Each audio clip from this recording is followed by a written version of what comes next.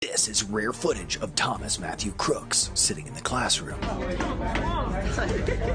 Sadly, it's just a typical day in school for him to get bullied, to be teased for how his body smells. He was bullied almost every day. I mean, he would sit alone at lunch. I mean, he was just an outcast, and you know how kids are nowadays. To be pestered for the way he dressed, first in wide-leg jeans and SpongeBob t-shirts, until he transitioned to his camouflage and hunting outfits. But what his classmates don't know is that this awkward, intelligent kid they're bullying will soon be a dark part of history. Take a look at what happened.